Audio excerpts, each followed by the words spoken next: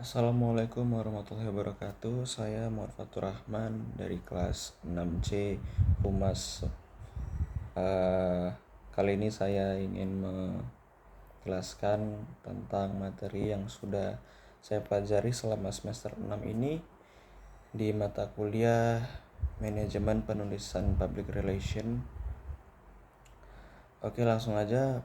Pertama-tama, PR itu berkaitan dengan media sosial, dan media sosial itu menjadi bagian penting dalam kehidupan kita sehari-harinya. Platform seperti Facebook, Instagram, Twitter, LinkedIn, dan lain-lain telah menyediakan ruang untuk berinteraksi, berbagi informasi, membangun hubungan dengan khalayak secara online. Bagi perusahaan dan organisasi, media sosial menjadi alat yang efektif dalam mengkomunikasikan pesan,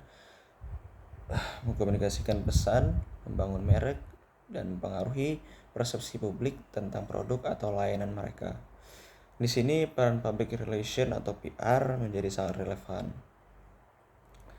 Yang pertama, kita bahas dulu apa sih public relation itu. Public relation adalah praktik untuk mengelola dan mempengaruhi opini, persepsi, dan citra suatu perusahaan atau organisasi di mata khalayak. PR bertanggung jawab dalam membangun hubungan yang positif dengan publik internal dan eksternal, termasuk pelanggan, mitra bisnis, karyawan, dan masyarakat umum. Kemudian kita akan bahas peran PR di media sosial. Peran pertama, PR itu mengelola reputasi dan citra. Salah satu peran utama PR di media sosial ialah membangun, memelihara, dan melindungi reputasi serta citra organisasi atau klien. Dengan mengelola konten dan interaksi di media sosial, PR mengatasi krisis, menjawab pertanyaan atau komentar negatif, dan meningkatkan persepsi positif tentang organisasi tersebut. Dan yang kedua, PR membangun hubungan dengan pengikutnya. PR dapat menggunakan media sosial untuk mengembangkan hubungan yang lebih dekat dan terhubung dengan para pengikut melalui interaksi yang aktif dan responsif. PR dapat menciptakan rasa keterlibatan yang lebih tinggi, membangun kepercayaan, dan memperkuat loyalitas pengikutnya terhadap organisasi. Dan yang ketiga, menyampaikan pesan dengan lebih efektif. Media sosial memungkinkan peran PR untuk menyampaikan pesan organisasi secara tepat dan efisien kepada khalayak. Dengan konten yang menarik dan relevan, pesan organisasi dapat lebih mudah disebarkan dan diakses oleh target audiens.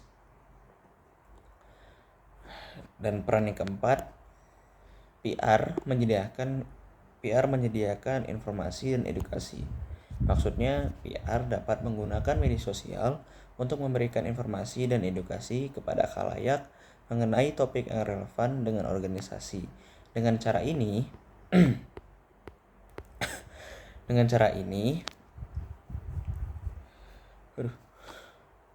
organisasi dapat menjadi sumber informasi yang kredibel dan terpercaya bagi masyarakat. Kemudian kita akan membahas strategi PR di media sosial. Yang pertama, strateginya penetapan tujuan yang jelas. Sebelum memulai aktivitas di media sosial, PR harus menentukan tujuan yang jelas dan terukur. Tujuan tersebut dapat berupa meningkatkan jumlah pengikut, meningkatkan interaksi, atau menyampaikan pesan tertentu kepada khalayak. Dan strategi PR yang kedua, identifikasi dan pemahaman terhadap audiens. PR perlu mengidentifikasikan siapa aja audiens yang ingin mereka capai di suatu media sosial. Dengan memahami kebutuhan, minat, dan preferensi audiens, PR dapat menyusun konten yang relevan dan menarik bagi mereka. Dan yang ketiga, Konsistensi dan branding. PR tuh harus memastikan bahwa konten yang diposting di media sosial konsisten dengan identitas dan branding di suatu organisasi. Konsistensi ini mencakup gaya, tone of voice, dan visual yang digunakan dalam komunikasi. Yang keempat, konten berkualitas. Artinya, PR harus fokus pada pembuatan konten berkualitas yang menarik dan relevan bagi audiens. Konten visual seperti gambar dan video juga dapat meningkatkan daya tarik dan keterlibatan pengikutnya. Yang kelima, pemantauan dan responsif. Artinya, PR harus memantau aktivitas di media sosial secara teratur. Tanggapan cepat terhadap pertanyaan, komentar, atau keluhan dari pengikut penting untuk membangun hubungan yang baik. Dan yang keenam, kampanye dan konteks. PR dapat menggunakan kampanye dan konteks di media sosial untuk meningkatkan keterlibatan dan meningkatkan kesadaran tentang organisasi. Kampanye kreatif dapat menjadi daya tarik bagi potensi pengikut baru. Yang ketujuh, pengukuran dan analisis. PR harus melakukan pengukuran kinerja secara rutin, mengevaluasi efektivitas strategi media sosial. Pengukuran ini dapat mencakup jumlah pengikut, keterlibatan, dan respon dari audiens. Dan kemudian kita akan bahas manfaat dari PR itu di media sosial. Manfaat yang pertama, meningkatkan visibilitas merek dengan memanfaatkan media sosial. PR dapat meningkatkan visibilitas merek di kalangan audiens yang lebih luas. Yang kedua, meningkatkan keterlibatan dan loyalitas pengikut.